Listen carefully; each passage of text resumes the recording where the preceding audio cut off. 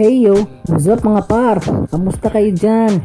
At syempre, may panibago na naman tayong biktima. Kaya tara! So ngayon, ang pyesa natin ay brain and heart na request ni client kasi dapat daw balance yung utak at puso sa lahat ng bagay. Kag samtang ginatatuan ko si sir, nakabati ko sang ungol sa amon likod. Kag ang hambalya, break ta anay bipre. Dumangihi ko.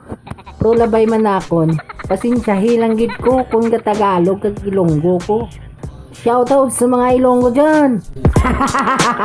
Pro, thank you gid sa tanan nga nagalantaw sa ngakon nga mga vlog kag gabay pa nga suportaran nyo kami sa amon mga video.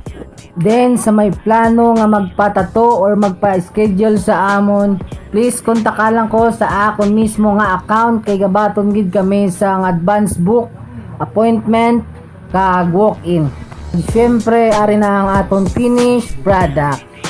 Kay boss ni request nga butangan sang utok kag tagipusoon. Siyempre hindi madula ang balance. So hanggang dito na lang tayo. Thank you.